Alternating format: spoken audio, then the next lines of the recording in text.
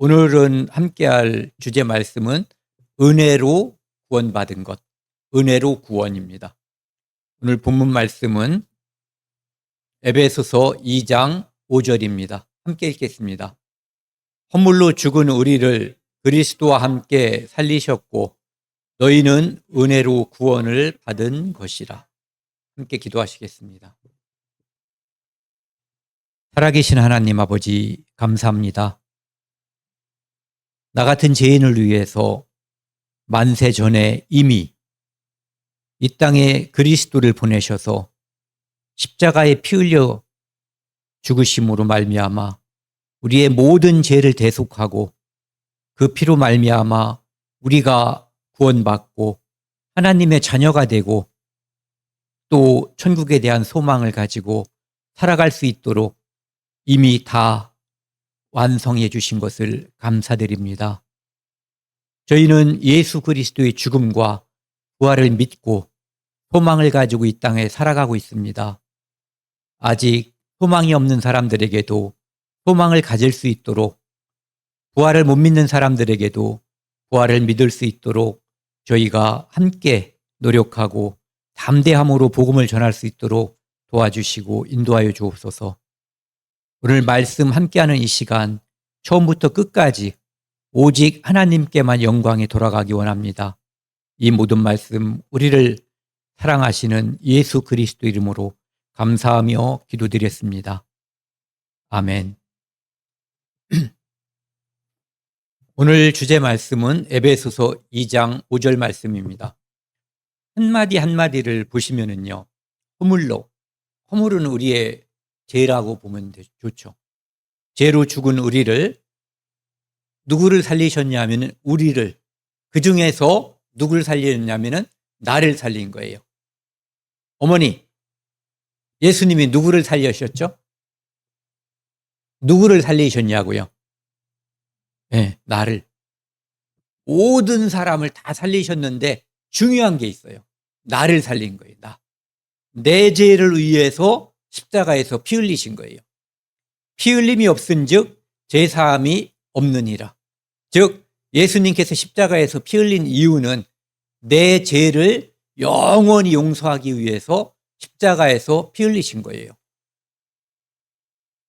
나를 위해 그리스도와 함께 살리셨고, 그래서 예수님의 죽음도 내 죽음과 같은 거예요. 예수 그리스도께서 십자가에 죽을 때 나의 모든 죄가 그곳에서 함께 죽은 거예요.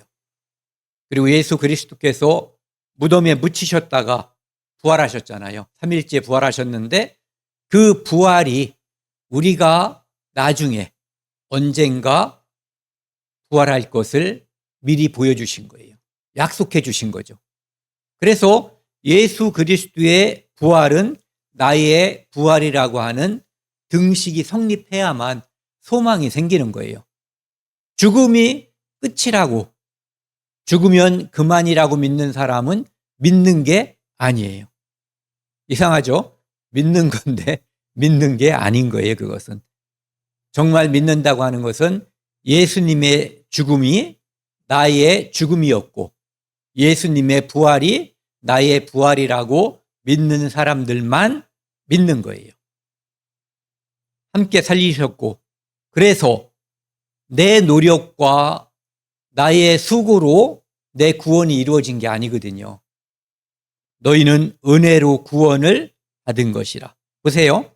너희는 은혜로. 은혜는 내 노력이 아니잖아요. 우리는 부모님이 나에게 은혜를 끼쳐줬기 때문에 살 수가 있었어요. 목숨도 부모님이 주셨고 태어난 후에 살아갈 때 필요한 것도 공급해 주셨기 때문에, 잘 챙겨주셨기 때문에 우리가 살 수 있었어요. 그것을 우리가 은혜라고 그러는 거예요. 내가 노력해서 젖을 먹었고 내가 노력해서 진자리가 마른 자리가 됐다면 내 공로죠. 그런데 그것을 나를 사랑하신 어머니께서 대신해 주셨기 때문에 은혜인 거예요. 그것처럼 내가 죄를 용서받는데 내가 할 수 있는 것은 아무것도 없었어요. 오직 예수 그리스도께서 십자가에서 피 흘리심으로 우리의 모든 죄를 영원히 용서한 거예요. 그것을 믿을 때 우리는 구원을 받았다라고 말하는 거죠. 구원을 하나님께서는 주시는 거고 우리는 받는 거예요. 그러니까 원래 구원은 누구 거예요? 하나님 것인데 내게 주시면 내가 받는 거죠. 그래서 구원은 피동. 그분은 주시는 분, 나는 받는 사람인 거예요. 내가 구원을 만들거나 내가 구원을 이룰 수는 없어요. 오늘 함께 나눌 찬송가는요, 우리가 찬송가 중에서 가장 익숙한 찬송가 중에 하나일 거예요. 305장. 나 같은 죄인 살리신. 여기 보면은 어메이징 그레이스. 놀라운 은혜라는 거예요. 살면서 은혜를 다 입었죠. 적어도 부모님께 은혜를 다 입었어요. 그런데 또 우리는 살면서 또 누군가에게 은혜를 입거나 또 누군가에게 내가 은혜를 끼치기도 해요. 하지만 그 모든 은혜 중에 가장 큰 은혜는 죄인인 나를 위해서 십자가에서 돌아가신 예수 그리스도의 은혜, 그것이 가장 놀라운 은혜죠. 값없이 대가 없이 주시는 은혜인 거예요. 이 찬송가를 누가 작사했냐면요, 여기 보면은 존 뉴턴 1779년이라고 돼 있어요. 존 뉴턴이라는 사람은 많이 유명한 사람이에요. 어떻게 유명하냐면은 이 찬송가의 작사자로도 유명하지만 이 사람은 1725년에 영국 사람이에요. 태어나서 1807년에 하나님께 부름을 받은 성도예요. 그의 초반은 그다지 은혜롭지 못했어요. 어머니는 독실한 그리스도인이기 때문에 어렸을 때부터 아들 뉴턴에게 찬송가를 가르치고 기도를 가르치고 성경을 가르쳤어요. 그런데 그는 어머니가 너무 일찍 떠났어요. 6살 때 떠나셨고 그 후에 방황하게 돼요. 그런데 해군에 입대했는데 탈영했고 그 후에는 노예 아프리카에서 피부가 검은 노예들을 사서 판매하는 노예상이 돼요. 1948년도에 아프리카에서 영국으로 이제 노예를 배에 가득 싣고 항해하던 도중에 극심한 폭풍우를 만나요. 그래서 기도하죠. 왜? 죽게 됐기 때문에요. 이 정도의 폭풍이면 죽는 게 정상이라고 생각할 정도로 심한 폭풍을 만난 거예요. 배가 침몰할 위기에 놓여 있을 때, 어렸을 때 어머니께서 알려주신 기도와 성경 말씀이 기억났어요. 그리고 절대절명의 위기에서 하나님께 부르짖었어요. 그때 놀라운 평화가 그에게 임했죠. 그래서 은혜 없이 살 수 없다는 것을 그때 처음으로 알게 됐어요. 그래서 어떤 사람은 이때 존 뉴턴이 회심했다, 구원받았다라고 생각하는 사람도 있고, 그때는 그런 계기가 있었을 뿐이지 그 후에 이제 복음주의자들을 만나서 성경 말씀을 체계적으로 듣고 구원을 받았다라고 말하는 사람들도 있어요. 부정확해요. 어쨌든 그때 인생의 전환점을 맞았고 나중에 어쨌든 복음주의자들에게 영향을 받아서 1764년 이때로부터 16년인가요? 네, 16년 후에 목사가 돼요. 그리고 그는 소책자를 발행하는데 소책자의 이름이 아프리카 노예 무역에 관한 성찰.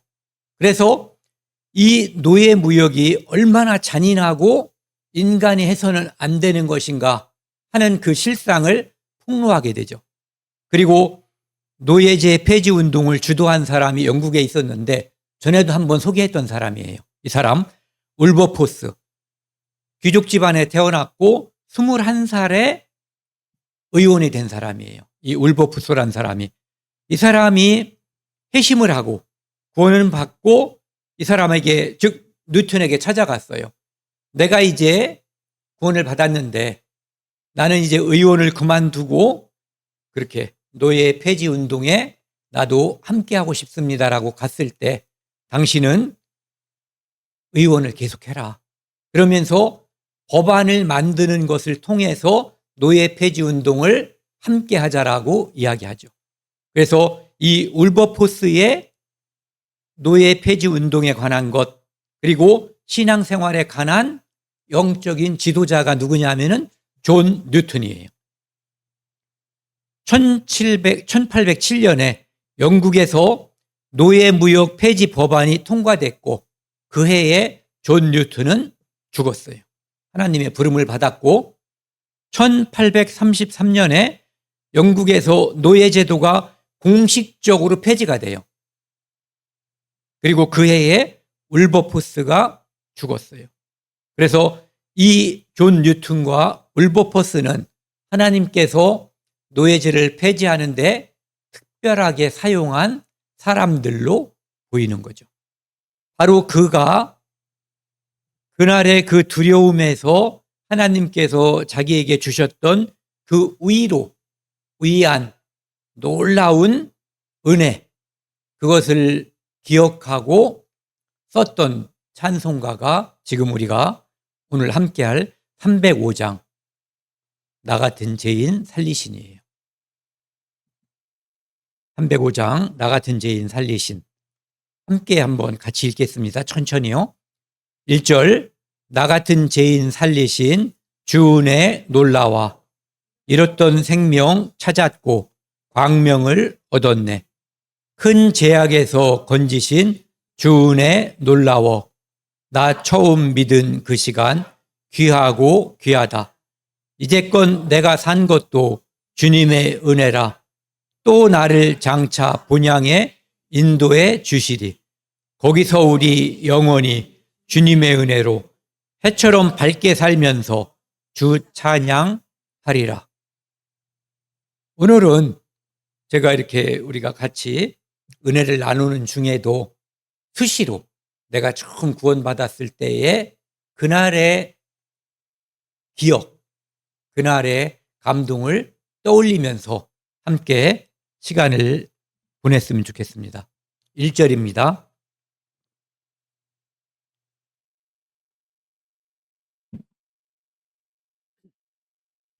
나 같은 죄인 살리신 주 은혜 놀라워. 나 같은 죄인. 존 뉴턴은 자기가 사람이 할 수 있는 가장 비인도적이라고 할 수 있는 그 노예를 잡아다가 수많은 노예가 배에 실려가면서 이렇게 관짝에 들어있는 시체처럼 그렇게 관리되었고 그곳에서 질병을 얻거나 멀미하거나 어쨌든 죽게 되면 그냥 바다에 버리는 그렇게 비인도적인 그런 생활, 그리고 노예들이 혹시라도 반항하면 과감히 죽여버리는, 그냥 한 마리에 팔아서 치우는 짐승과 같은 그런 모습의 노예들이었어요. 그래서 그 생활을 했던 자기의 그 과거를 반성하면서 썼던 찬송이에요. 그러니까 내가 어떤 죄인인가 자기가 숨기면 다른 사람들은 모를 수 있지만 자기는 다 알고 있죠. 우리도 그래요. 내가 어떤 사람이었는지, 지금은 또 어떤 사람인지에 대해서 하나님은 다 아셔요. 다른 사람들은 모를 수 있어요. 잘 아는 사람들이 가족이죠. 그래서 가족들한테 잘해야 돼요. 잘못하면 까발려져요. 나 같은 죄인 살리신 주 은혜 놀라워. 나는 너무너무 죄가 많고 죄가 커서 용서받을 수 없다라고 생각하는 사람들도 있어요. 거꾸로 나는 참 괜찮게 살아서 하나님의 은혜 없이도 하나님 나라에 갈 수 있다라고 착각하는 사람들도 있어요. 그런데 그런 일은 없어요. 두 가지 다 그런 일은 없어요. 죄가 아무리 많아도 용서받지 못할 만큼 죄가 큰 사람도 없고, 죄가 아무리 작아도 용서 없이, 은혜 없이 천국 갈 수 있는 그런 훌륭한 사람도 없다는 뜻이에요. 그래서 뉴턴은 나 같은 죄인을 구원하신 예수 그리스도의 은혜를 너무너무 찬양하는 거예요. 놀랍게 여기는 거죠. 누가 내 죄를 용서했는지, 내가 어떻게, 어떤 죄인이었는데 용서받았는지를 기억해보면 우리도 같은 가사를, 같은 찬송을 만들 수 있죠. 나 같은 죄인 살리신 주 은혜 놀라워.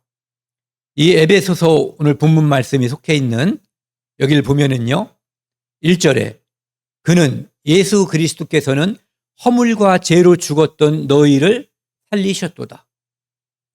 죄 때문에 우리가 예수 그리스도 앞에 또는 하나님 앞에 죽은 자가 된 것은 아담의 죄 때문이에요. 아담의 죄로 인해서 모든 사람이 다 이 땅에서 한 번의 죽음이 임하게 됐어요. 그리고 죽음 뒤에 영원한 심판, 그것을 통해서 둘째 사망, 즉 불못이 예정돼 있었어요. 그런데 오늘 말씀이요, 5절 같이 한번 읽겠습니다. 허물로 죽은 우리를 그리스도와 함께 살리셨고 너희는 은혜로 구원을 받은 것이라. 예수 그리스도의 죽음과 부활로 인해서 내가 그때 내 죄가 다 십자가에 옮겨졌던 거예요.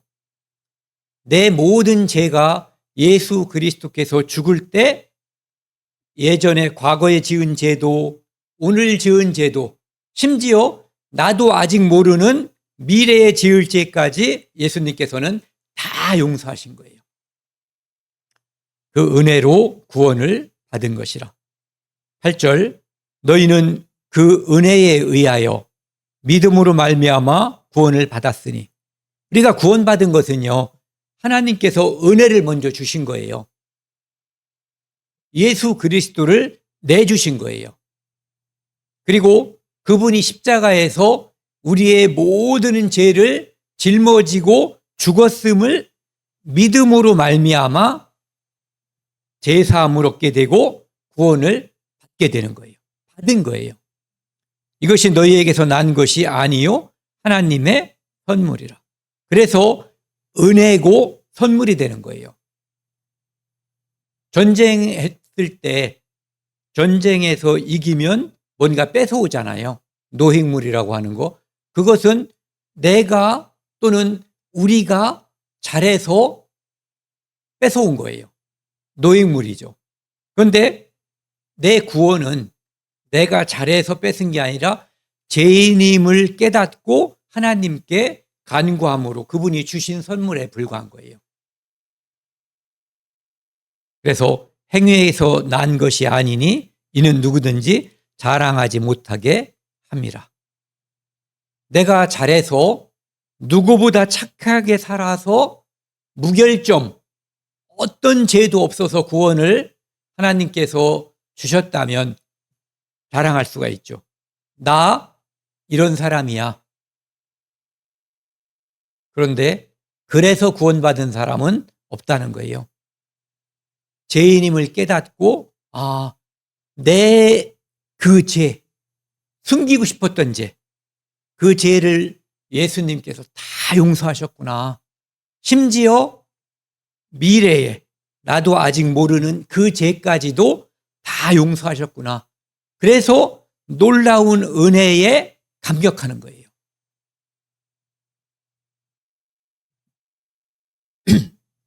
잃었던 생명 찾았고 광명을 얻었네.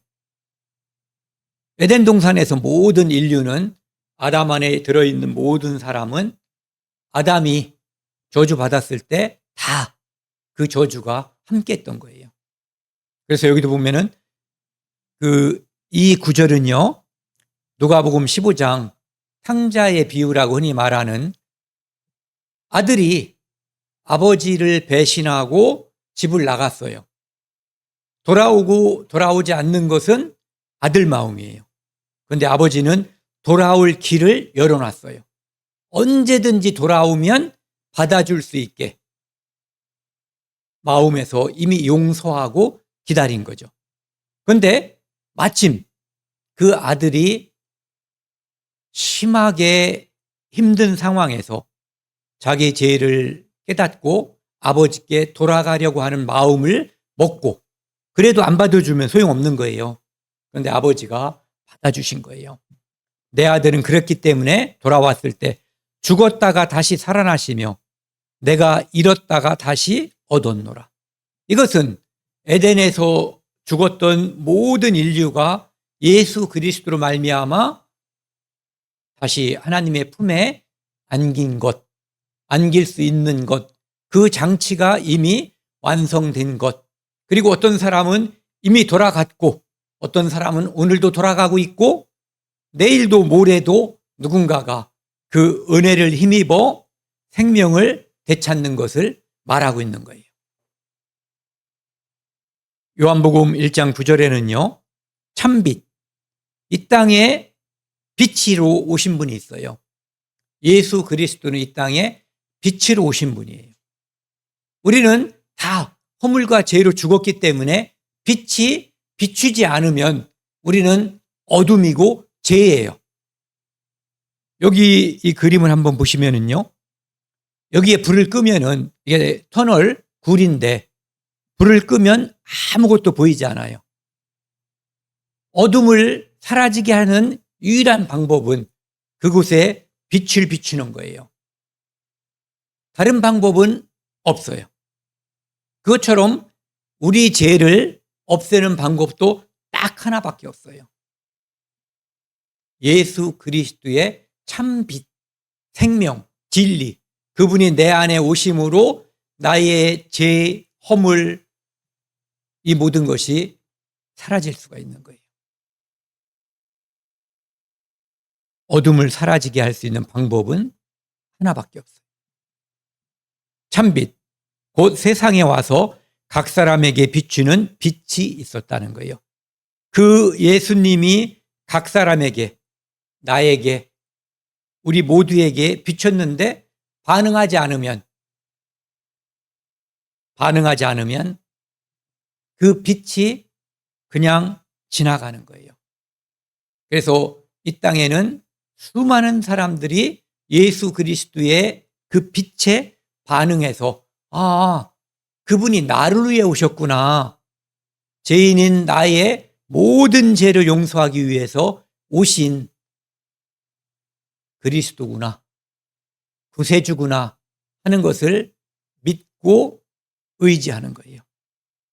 8장 12절에는 나는 세상의 빛이니, 이분이 내 죄를 담당할 유일하신 분, 죄의 어둠을 밝게 해줄 수 있는 유일하신 분.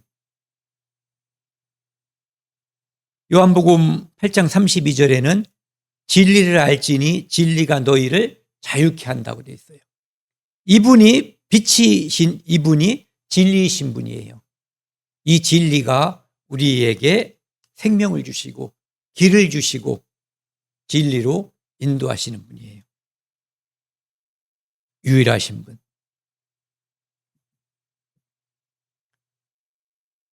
시간이 많이 지나갔어요. 그냥 가겠습니다. 잃었던 생명 찾았고 광명을 얻었네. 요거 무슨 그림인지 아시죠? 천지창조. 이렇게 여긴 생명이고 여기는 아직 생명이 없을 때, 여기는 어둠이고 여기에 빛이 있을 때, 빛이 어둠에 비치는, 생명이 생명이 아닌 곳에 주어지는 그런 장면처럼 우리는 어둠이었을 때, 우리가 죄인이었을 때 생명이신 예수 그리스도께서, 진리이신 예수 그리스도께서, 빛이신 예수 그리스도께서 우리에게 오신 거예요. 그때 우리가 반응함으로써 생명이 우리에게 오신 거예요. 주어진 거죠. 2절입니다. 큰 죄악에서 건지신 주 은혜 고마워. 아까도 봤지만 우리가 지은 죄는 몇 가지인지 몰라요. 좋죠. 편하고. 이것이 매일 기억나면 하는데 지장이 많을 거예요. 그때 그 감정이나 후회가 계속 떠오르면, 그 분노가 계속해서, 그 원망이 계속해서 떠오른다면 힘들 거예요. 큰 죄악에서 건지신 주 은혜 놀라워. 로마서 5장 8절 보면은 내가 아직 죄인 되었을 때에 그리스도께서 우리를 위하여 죽으심으로 하나님께서 우리에 대한 자기의 사랑을 확증하셨느니라. 내가 죄인일 때, 전에 누가 그런 말 하시던데요. 목욕탕 갈 때 때 닦고 가는 사람들 있죠. 너무 창피하니까. 물론 목욕탕 갈 때 저도 세수하고 가요. 왜냐하면 중간에 누구 만날까 봐. 하지만 진짜 나를 깨끗하게 해주는 것은 목욕탕이에요. 모든 것을 다 깨끗하게, 머리끝에서 발끝까지. 내가 죄인이었을 때 나를 위해서 대신 죽으신 분이 있어요. 그분이 나를 위해서 대신 죽은 것은 하나님께서 우리에 대한 사랑을 보여주신 거예요. 요한복음 3장 16절에 뭐라고 돼 있죠? 하나님이 세상을 이처럼 사랑하사 독생자를 주셨으니 이는 저를 믿는 자마다 멸망하지 않고 영생을 얻게 하려 하심이라. 그 말씀대로 이 땅에 나를 위해서 대신 죽어주러 오신 분이에요. 그분은 섬김을 받으러 오신 분이 아니라 오히려 섬기려 하고 자기 목숨을 많은 사람의 대속물로 주려고 오신 분이에요. 그래서 예수 그리스도의 십자가의 죽음은 하나님의 사랑을 확정적으로 증명한 사건이에요.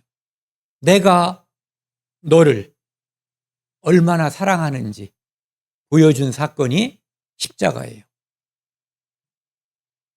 디모데전서 1장 15절에 보면은요, 미쁘다, 신실하다, 믿을만하다, 모든 사람이 받을 만한 이 말이요.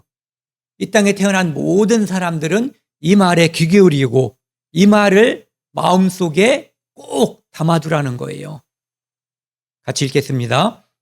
그리스도 예수께서 죄인을 구원하시려고 세상에 임하셨도다. 죄인 중에 내가 괴순이라. 예수님께서 죄인 구원하려고, 착한 사람 칭찬해 주려고 온 게 아니에요. 구원받으려면 내가 죄인임을 하나님 앞에 고백해야지 돼요. 바리새인과 세리가 성전에서 하나님께 기도했을 때 바리새인은 하늘을 향해서 내가 이런 훌륭한 사람입니다 라고 하나님께 자기를 선전했어요. 그런데 세리는 세금 도둑놈이라고 보면 돼요. 하나님, 저는 죄인입니다. 저를 용서해 주세요 하면서 가슴을 쳤어요. 감히 하늘을 우러러 보지도 못했다고 돼 있어요. 하나님께서는 이 세리, 나는 죄인입니다. 나를 용서해 주세요. 그 사람을 용서하신 거예요. 바리새인은 용서받지 못했다라고 이야기하고 있어요. 그래서 그리스도께서, 예수님께서 죄인을 구원하시려고, 죄인을 구원하려고 왔는데 내가 죄인인 걸 모르면 주여 주여 죄인 오라 하실 때에 나를 불러달라는 게, 내가 죄인인 것을 알아야만, 예수님이 죄인을 구원하려고 죄인 부르러 왔다는 것을 알아야만 구원받을 수가 있는 거예요. 내가 훌륭한 사람이라는 것을 내세우는 것 가지고는 구원받을 수 없어요. 네. 내가 죄인입니다. 그 중에서도 죄인 중에 우두머리입니다. 라고 고백할 때 하나님의 은혜가 임할 수 있는 거예요.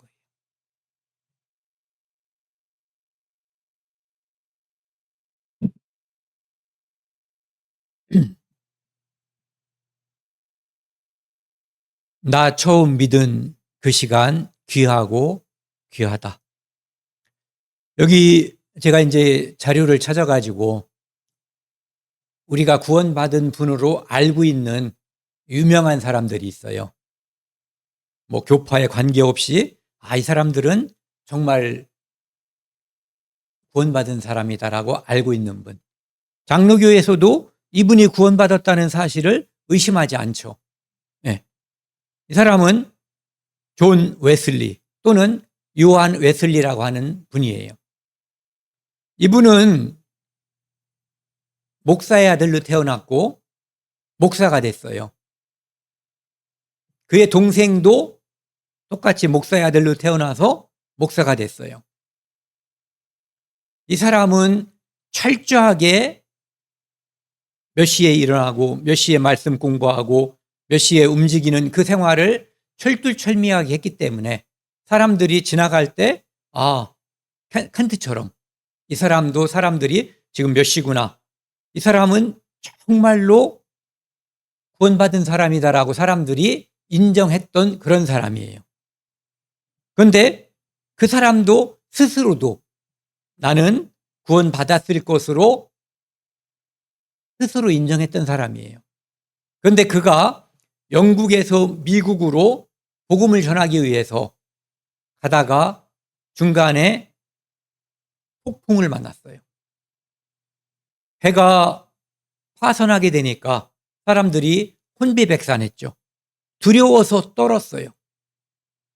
수많은 사람들이 다 사색이 돼서 이제 죽는구나. 다들 두려워하는데 그 배의 밑에 있잖아요. 배 밑에서 들리는 찬송가 소리가 있었어요. 자기도 모르게 그 소리에 이끌려 갔더니 어떤 무리들이 찬송가를 부르고 있었어요. 아이도 있었고 노인도 있었고 여자도 있었고 남자도 있었고. 그래서 물어봤죠. 당신들은 지금 죽게 된 것을 모르냐? 이렇게 물어봤을 때 그 사람들이 알고 있다. 그런데 어떻게 찬송을 부르냐? 우리가 죽는다면 하나님 앞에 갈 것이다. 요한 웨슬레는요, 존 웨슬레는 깜짝 놀랐어요.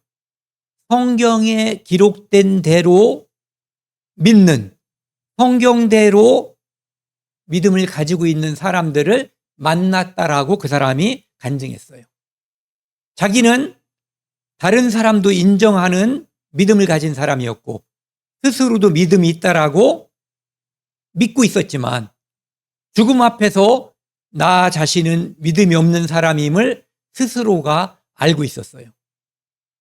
그래서 그날의 사건 때문에 그는 미국에 가서 2년 가까이 전도한다고 돌아다녔지만 실제로 그가 이야기했죠. 전도는 내가 받아야 된다는 것을 알고 있었어요. 그리고 그런 시간을 보내고 영국으로 다시 돌아왔다가 나중에 여기 올더스 게이트라고 하는 이 거리에서 그 전에 그때 만났던 그 사람들, 배 안에서 찬양하던 그 사람들, 그 무리들을 영국의 런던에 와서 다시 만났고 그 사람들과 교류하던 중에 로마서 서문을 읽다가 내 마음이 뜨겁게 변했다. 그 말씀 구절이 이거예요. 로마서 1장 11절. 의인은 믿음으로 말미암아 살리라. 그래서 그때 구원을 받았어요. 1738년 5월 24일. 너무너무 아주 뚜렷한 분명한 구원의 간증이 있기 때문에 그 날을 알고 있어요. 모르는 사람들도 많죠. 모르는 사람들이 어쩌면 더 많은지도 몰라요. 그리고 존 뉴턴, 오늘 우리가 이제 함께 보고 있는 이 찬송가 있잖아요. 305장을 작사한 사람. 이 사람도 노예선에서 아까 말씀드린 것처럼 폭풍 가운데 하나님의 은혜를 체험했어요. 은혜 아니면 죽는다라는 그 상황에서 그분께 의지했죠.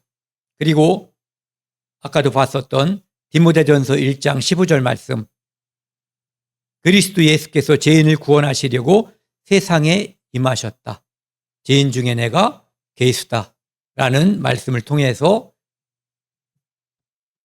내 죄를 위해 예수님이 대신 죽으셨음을 알게 된 거예요. 믿게 된 거예요. 또 찰스 스펄전. 이 사람은 폭설 때문에 이제 자기가 가려고 했었던 곳에 가지 못하고 시골에 있는 작은 교회에서 말씀을 듣다가 그곳에서 구원을 받았어요. 이사야, 이 사람이 구원받은 성경 말씀이 있어요. 45장 22절. 땅끝의 모든 백성아 나를 보라. 그리하면 구원을 얻으리라. 특별히 이 나를 보라고 하는 이 말씀을 통해서 하나님이 이 세상 사람을 구원하시려고 예수 그리스도를 보냈음을, 그리고 예수 그리스도의 십자가의 피가 우리의 모든 사람의 죄를 다 이미 구원했음을 믿게 된 거예요. 그리고 또 잘 알고 있는 사람도 있죠. D.L. 무디. 1855년 4월 21일 날 무디는 중학교를 다녔다고도 하고 안 다녔다고도 해요. 어쨌든 신발가게 점원으로 일하는데 그 가게에 함께 근무하던 사장님인지 어쨌든 누군가가 주일학교 교사였어요. 그분이 이름이 에드워드 킴볼인데 복음을 설명해 준 거예요. 예수님이 너를 위해, 무디를 위해서 십자가에서 피 흘려 죽었음을 설명했고 그것이 마음속에 받아들여졌어요. 믿게 된 거예요. 믿어진 거예요. 그래서 그날 1855년 4월 21일 날 복음을 듣고 구원을 받았어요. 요한복음 3장 16절. 하나님이 세상을 이처럼 사랑하사 독생자를 주셨으니, 아까 그 말씀을 통해서 영생을 얻은 거예요. 또 C.S. 루이스라는 사람이 있어요. 이 사람은 무신론자였는데 친구들과 함께 기차 여행을 하다가 그 친구들과 함께 나눈 대화를 통해서 구원을 받게 됐어요. 친구가 톨킨과 휴고 다이슨과의 대화에서 기독교가 단순히 신화라고 생각했는데 그게 아니라 역사 속에 성취된 참된 진실 또는 참된 진리임을 대화 속에서 깨닫게 된 거예요. 그리고 특별히 요한복음 1장 12절 말씀, 영접하는 자, 곧 그 이름을 믿는 자. 이름을 믿는 자는 예수, 그는 그의 백성을 그들의 죄에서 구원할 자. 아, 예수님이 나를 위해서 십자가에서 죽으셨구나. 나를 위해서 대속제물로 돌아가셨구나. 세상 죄를 지고 가는 하나님의 어린 양이신 그분은 바로 내 죄를 위해서 돌아가셨구나. 그래서 내가 하나님의 자녀가 되었구나. 그것이 하나님께서 내게 주신 은혜구나 하는 것을 믿게 된 거예요. 그래서 그분도 루이스가 무신론자였지만 이 사람이 그 후에 그 삶이 예수 그리스도를 다른 사람들에게 전하는 일로 그 삶을 온전히 살았던 사람이에요.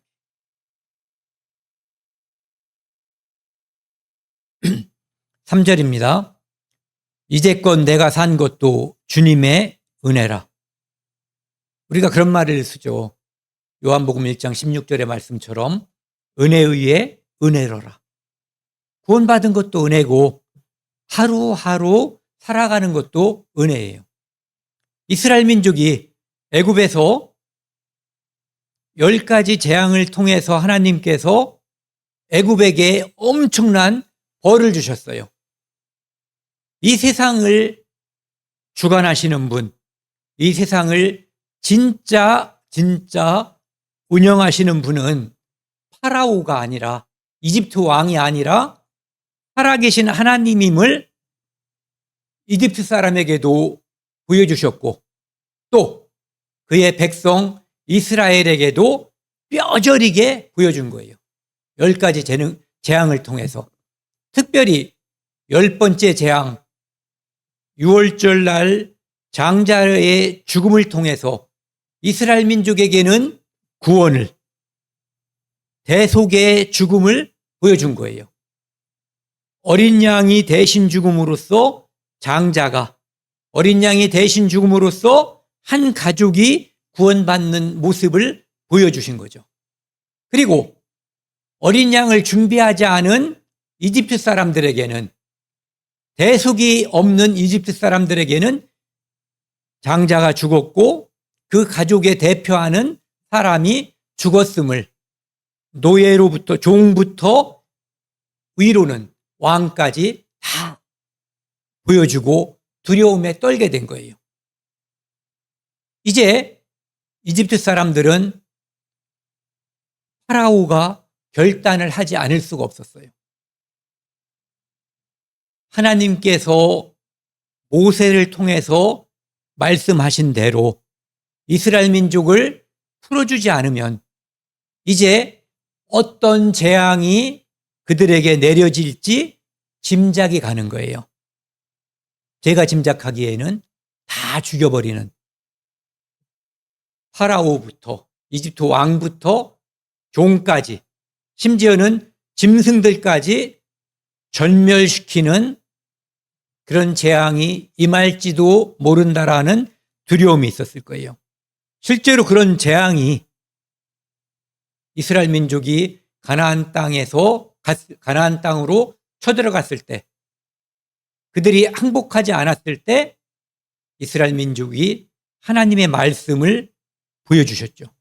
하나님의 권능, 하나님이 어떤 분이신가를 보여줬어요. 그렇게 왕부터 모든 사람과 짐승까지 진멸하는 일이 실제로 있었어요. 그것을 간파한 이집트 왕이 두려워서 항복한 거죠. 가세요. 근데 거기서 끝났으면 좋을 뻔했잖아요. 근데 가고 나서니까 확 올라오는 게 있어요. 전에 이제 여기 앉아 계신 어머님의 손자가 어렸을 때 손님들이 많이 이렇게 와 있었대요, 집안에. 그런데 이제 어른들이 많이 와 있고 그런 상태에서 세발 자전거를 타고 막 다니면서 누르면 소리 나는 거 있잖아요.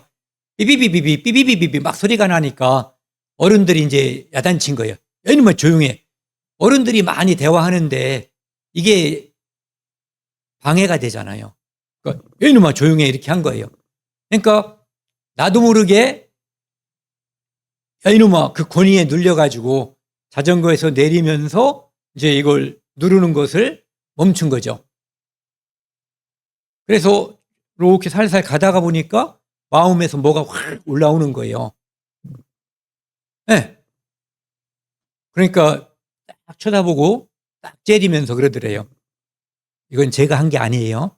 개새끼. 그러더라는 거예요. 그것처럼 파라오가 왕인데 체면이 있잖아요. 왕이 백성들한테 체면이 안 쓰는 거예요. 근데 체면보다 중요한 게 있죠. 그래서 다시 군대를 이끌고 갔다가 홍해에서 몰살당한 거예요. 지금도 마찬가지예요. 하나님께서 지금 은혜를 베푸시는데 그 은혜를 은혜로 받아들이지 않으면 은혜에 반대되는 것이 우리에게 닥치는 거예요. 이 세상 지금 현실에서도 그런 거예요. 파라오에게 닥쳤던 그것이 모든 믿지 않는 사람에게 그것보다 훨씬 더 가혹하게 닥칠 수 있다는 것을 알아야지 돼요. 여기 고린도전서 15장 포도나무 비유 나오는 데잖아요. 보면은 그러나 내가 나 된 것은 사도 바울이 된 것은 하나님의 은혜로 된 거예요. 노력해서 사도가 된 것도 아니고 노력해서 제사함 받은 것도 아니에요. 내게 주신 그의 은혜가 헛되지 아니하여 내가 모든 사도보다 더 많이 수고하였으나 내가 한 것이 아니요 오직 나와 함께 하신 하나님의 은혜로라. 구원받은 것도 은혜고 매일매일 산 것도 은혜예요. 애굽에서 구원받은 것도 이스라엘 민족이 해방된 것도 은혜고 매일매일 삶에서 만나를 떨어뜨려 주시고 그들에게 매일매일 일용할 양식을 공급해 주신 것도 은혜예요. 그래서 은혜 위에 은혜가 된 거죠. 우리도 마찬가지거든요. 우리를 구원하신 것도 은혜고 우리의 삶 속에서 매일매일 은혜를 체험하는 것도 또 다른 은혜가 되는 거예요. 또 나를 본향에 인도해 주시리. 이게 우리의 소망인 거예요. 이게 없으면 죽으면 그만이죠. 다만 지옥 가지 않는다? 죽어서 그만이면 지옥 가지 않는다는 말도 의미가 없는 거죠. 너나 나나 믿는 사람이나 믿지 않는 사람이나 다를 바가 없는 거예요. 그런데 하나는 소망이 있고 하나는 멸망이 있는 거예요. 또 나를 장차 본향에 인도해 주시리. 예수님께서는 제자들에게 이제 나 간다. 나 이제 죽어. 그런데 부활할 거야. 너희들 걱정하지 마. 나 다시 돌아와. 라고 말씀해 주셨어요. 심지어 걱정하지 말라. 내가 다시 온다. 하나님을 믿으니까 내가 한 말을 믿어라. 내가 가서 너희가 거처할 곳을 많이 준비할 것이다 라고 말씀하셔요. 그것은 첫 번째는 1차적으로 십자가에서 성취됐죠. 그분이 십자가에서 예수님께서 피 흘려 죽음으로써 우리가 예수 그리스도와 한 몸이 되는 교회가 되는 성령이 우리에게 와서 그분과 똑같이 임마누엘이 되는 하나님이 우리와 함께 있는 그 일이 이루어졌어요. 그러니까 첫 번째 약속이 이루어진 거죠. 그분이 오신 거예요, 이미. 그래서 우리의 구원은 이미 오신 성령에 의해서 우리가 그리스도인이 된 거예요. 그리고 두 번째는 다시 오실 예수 그리스도, 공중에 재림하실 예수 그리스도, 그 후에 7년 후에 이 땅에 재림하실 예수 그리스도, 우리가 그 소망을 기다리는 거예요. 그분이 있는 곳에 우리도 있게 되는 거예요. 또 나를 장차 본향에 천국에 그분이 이끌어 주셔요. 어쩌면 우리는 이미 천국에 함께 있는 거예요.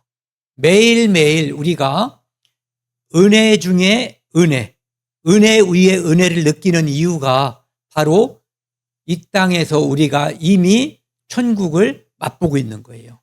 내세를 맛보고 있는 거예요. 소망을 맛보고 있는 거예요. 4절입니다. 거기서 우리 영원히 주님의 은혜로 해처럼 밝게 살면서 주찬양하리라. 네. 요한계시록 21장에 영원한 천국, 천년왕국까지 다 끝나고 우리가 흔히 말하는 천국 있잖아요.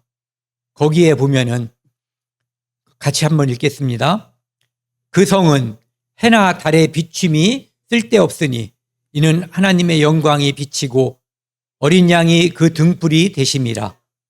만국이 그 빛 가운데로 다니고 땅의 왕들이 자기 영광을 가지고 그리로 들어가리라.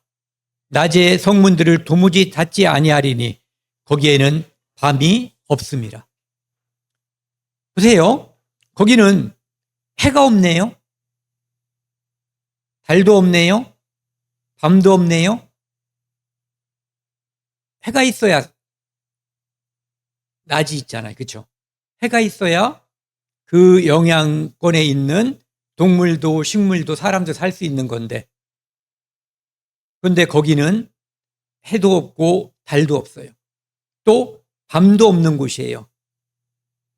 그러면 해도 없고 달도 없는데 무엇이 밝게 비칠까 보니까 하나님의 영광이 비치고 어린 양이 등불, 어린 양, 그분이 예수 그리스도가 하나님이세요.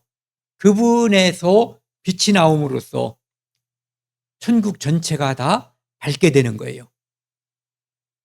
제가 예전에 이게 참 궁금했어요.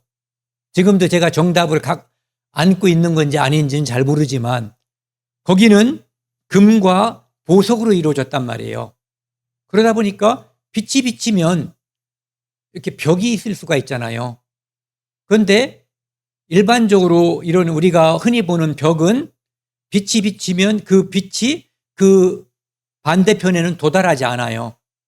그런데 보석들은 그 빛이 은은하게 또는 영롱하게 반대편에도 또 도달할 수가 있어요. 그러니까 벽이 있는 것이 장애가 되지 않고 오직 하나님으로부터 나오는 그 진짜 빛, 그 빛이 천국 전체를 다 아우르는 빛이 되는 거죠. 거기는 밤이 필요 없어요. 우리가 밤에 휴식을 취해야만 그 다음날 또 활기차게 움직일 수가 있잖아요. 우리는 지금 불완전한 인간이기 때문에 먹어야 살고 휴식을 취해야만 살아가는 존재예요. 그런데 그때는 하나님처럼 완전한 존재가 되기 때문에 휴식이 필요 없고, 그래서 밤이 없어도 살아가는데 아무런 지장이 없는 그런 존재로 바뀌는 거죠. 22장 5절에도 보면은요, 여기도 보면 다시는 밤이 없겠고 등불과 햇빛이 쓸데없으니 주 하나님이 그들에게 빛이 되시리라. 여기가 우리가 그렇게 소망하는 천국이에요. 우리 돌아가신 믿음의 선진들이 지금 이곳에서 함께 빛나고 있을 거예요. 하나님께로부터 나오는 그 빛이 성도 개인에게 비치고 그 빛이 이 천국 전체를 다 밝게 하지만 어떤 빛은 햇빛은 정면으로 바라보면 눈이 비치죠. 눈이 부시죠. 그래서 선글라스를 껴야 되거나 외면해야지 되는데 그 빛은 아마도 그렇게 강렬하지 않지만 어둡지 않고 어둡지 않지만 늘 밝은 그런 멋진 그런 빛이 될 거예요. 은혜로 구원받는다는 것은 하나님께서 시작하신 일이에요. 그리고 하나님께서 예수 그리스도를 통해서 끝내놓은 일이에요. 끝내놓은 거. 그러니까 나는 거기에 순종하고 참여하면 되는 거예요. 아, 예수님께서 나를 위해 돌아가셨구나. 그래서 내 죄가 영원히 이미 2000년 전에 용서됐구나. 그것이 내 마음속에 아멘 믿어질 때 나는 진정한 자유. 진리가 너희를 자유케 한다고 그랬는데 그 자유가 진리가 내 마음속에 이루어지는 거예요. 내가 곧 길이요 진리요 생명이라고 하신 그 예수님이 천국 가는 길, 하나님께로 가는 길, 진리, 생명을 우리에게 보여주셨고 그분이 직접 길이 되셨고 진리가 되셨고 생명이 되셨고 그게 나에게 적용될 때 나는 하나님의 자녀라고 불릴 수 있는 거예요. 그래서 모든 우리의 믿음의 시작과 끝이 다 십자가예요. 예수 그리스도의 십자가가 내 믿음의 시작이에요. 아, 그분이 십자가에서 돌아가셨구나. 알아봤더니 내 죄 때문이라고 하더라. 근데 그것이 믿어지는 거예요. 아, 예수님이 내 죄 때문에 돌아가셨구나. 그러니 나는 이제 죄를 다 용서받았구나. 마치 한편의 강도가 이 사람이 십자가에 달린 것은 강도질에서 달린 거예요. 착한 일에서 달린 게 아니라. 그리고 그는 예수님이 처음엔 예수님을 비난하고 욕했지만 나중에 알게 됐죠. 저도 예수님 제가 구원받기 전까지 원색적으로 욕하고 막 난동을 부렸어요. 그런데 그분이 나를 위해 죽었다는 것을 알게 됐어요. 민망한 게 아니라 그 죄송스러움은 이루 말을 할 수가 없었어요. 이 한편 강도도 여기 달려 있는 예수님이 바로 자기 죄 때문에 십자가에 달린 한 마리 유월절 양처럼 세상 죄를 지고 가는 하나님의 어린 양이라고 하는 것을 알게 된 거예요. 이스라엘 사람들은 이것을 마음만 좋게 가지면 쉽게 이해할 수가 있죠. 늘 듣고 보고 배운 것이 그거니까 대속죄물이. 그래서 믿게 됐고 예수님께 의지하죠. 주 예수여 당신의 나라에 임할 때에 나를 기억하소서. 내가 오늘 나와 함께 낙원에 있으리라. 이 약속을 우리가 받은 사람들이에요. 그래서 은혜로 구원받은 사람들입니다. 오늘은 여기까지 하겠습니다.